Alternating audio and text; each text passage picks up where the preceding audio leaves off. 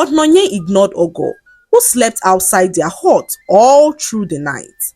This was a very terrifying experience for Ogo, who cried herself to sleep because she was so afraid. Ogo was comforted by the thought of her late mother, who she believed was watching over her as she slept all alone in the dark.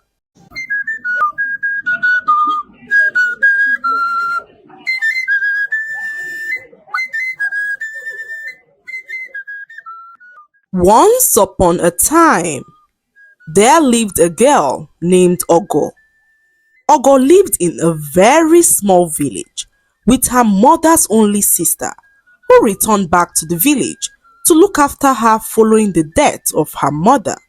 A few years ago, Ogo lost her mother to the cold hands of death, and her aunty Nonye was entrusted with the responsibility of looking after her.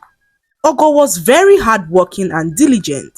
She would wake up early in the morning to do all the house chores joyfully, but her auntie seemed to harbor some form of hatred for her. Her auntie Nonye would call her all sorts of condescending names, and this made Ogo wonder if truly Nonye was her mother's biological sister. One morning, Ogo woke up extremely hungry as her auntie starved her of food the previous night. What had happened was that Nonye accused Ogo of stealing her money and decided to punish her by starving her of food. Ogo did everything possible to prove to her auntie that she never stole any money, but Nonye was adamant that Ogo stole the money from her purse. Ogo went to bed extremely sad and hungry and woke up in the morning with extreme hunger pangs. The pain made it difficult for her to carry out her morning task, so Ogo sat down in front of her hut crying when their neighbor, Mama Ego, caught sight of her and asked why she was crying. Ogo narrated all that happened to Mama Ego, who offered her some food to eat. Ogo was extremely happy as she rushed down the food. As she was eating, her auntie came out and caught sight of her eating their neighbor's food. Without saying a word, Nonye returned back into their hut. Ogo happily finished her food and had the energy to complete her chores. She was so grateful to Mama Ego for coming to her rescue, as she had never felt such pain in her stomach before. After completing her chores, Ogo headed back into their hut and saw her auntie seated on a chair, fuming in anger. Ogo had never seen her auntie so angry in her life and wondered what could have happened. Nonye, unable to hold back her anger, slapped Ogo so hard on her face. Ogo screamed at the top of her voice in pain as she could not hold back the pain. She began to wish that she had died with her mother as the pain was becoming unbearable. She wondered what she had ever done wrong to her own mother's sister to warrant this level of hatred, but despite it all, Ogo still loved Nonye like her own mother. After several minutes, Nonye ordered Ogo out of the hut, saying that she did not want to see her around. Ogo, heartbroken and battered, stumbled out of the hut, tears streaming down her face. She sat outside their hut as she had nowhere else to go. On several occasions, Ogo had sat back to reflect on why her auntie hated her so much. She has even gone as far as apologizing for any wrong that she could have committed unknowingly to warrant such level of hatred from her own auntie. Despite all this, Nonye remained wicked towards her niece, who tried everything within her power to live in peace with her auntie. Night came and Ogo remained outside. She pleaded with Nonye to forgive her and let her in, but Nonye ignored Ogo, who slept outside their hut all through the night. This was a very terrifying experience for Ogo, who cried herself to sleep because she was so afraid. Ogo was comforted by the thought of her late mother, who she believed was watching over her as she slept all alone in the dark. When morning came, Nonye ordered Ogo to go fetch some water from the stream as she had no water at home to cook. Ogo quickly rushed off to the stream as she did not want to do anything that would further aggravate her auntie.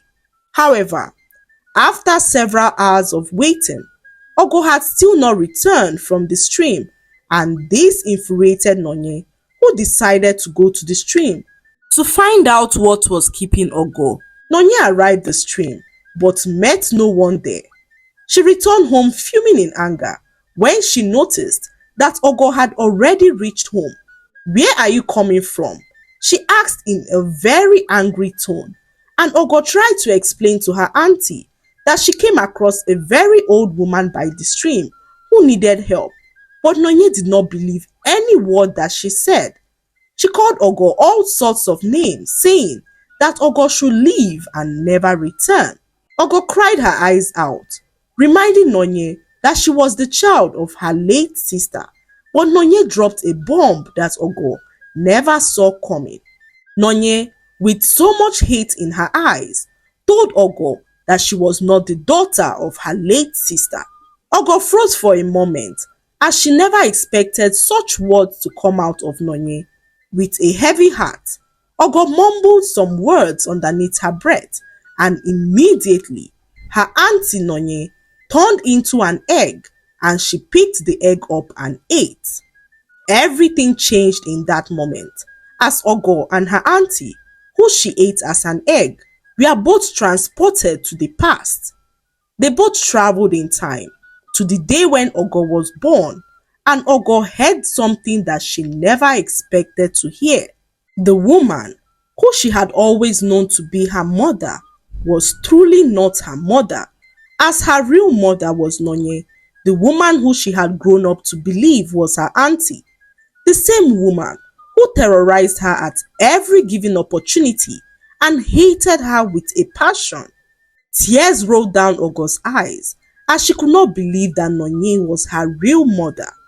It was in that moment that Ogo understood what the old woman she helped at the stream was talking about. The old woman told her that she had been living in an illusion and needed to see the light. She put a substance on the lips of Ogo, saying that when she is ready to know why her auntie hates her so much, she should mumble some words and not be afraid to eat the egg, as this is the only way that she would ever know the truth. Ogo was still trying to wrap her head around all she had seen when she found herself transported back to the past, to the day that she was conceived. It was then that Ogo understood why her real mother Nonye hated her so much. She saw her grandfather forcefully having carnal knowledge of his own daughter Nonye, and the sight of this broke her into a million pieces.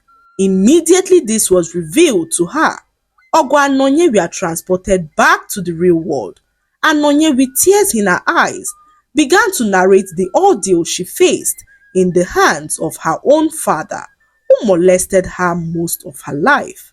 She narrated how she got pregnant for her own father and had a child who she could not look at because of the constant reminder of her painful past. Nonye revealed to Ogo that after she gave birth to her, she left the village to a faraway place, leaving the baby in the care of her only sister, who looked after her like her own. A few years later, news got to her that her evil father had an accident and died, and this brought comfort to her as she believed the gods were repaying him for all the evil that he meted out on her. However, Nonye never knew that she would one day be constantly reminded of her past until when her sister died and she had no other option but to return to the village to look after her own daughter. Tears poured down Ogo's eyes as she quietly listened to Nonye. In that moment, Nonye's heart broke as she realized all she had put her innocent daughter through because of something she had no hand in the first place. Nonye reached out for her daughter and hugged her tightly, apologizing to her for all her wrongs. In that moment, a very strong bond was formed between the mother and daughter who decided not to allow the past to define their future. Nonye learned to love her own daughter, and as time went by, they became inseparable and lived their lives in harmony and love. The lesson to be learned from this story is that we should learn not to make innocent people pay for the actions of others. Always treat people the way you would like to be treated and learn to forgive, as holding on to hurt can only bring more pain and suffering. Also, we should learn how to build self control to avoid committing abominable acts that can affect the lives of others forever. I hope you enjoyed the story. Like, subscribe, and leave a comment. It helps us grow our channel. I'll see you in our next story. Bye.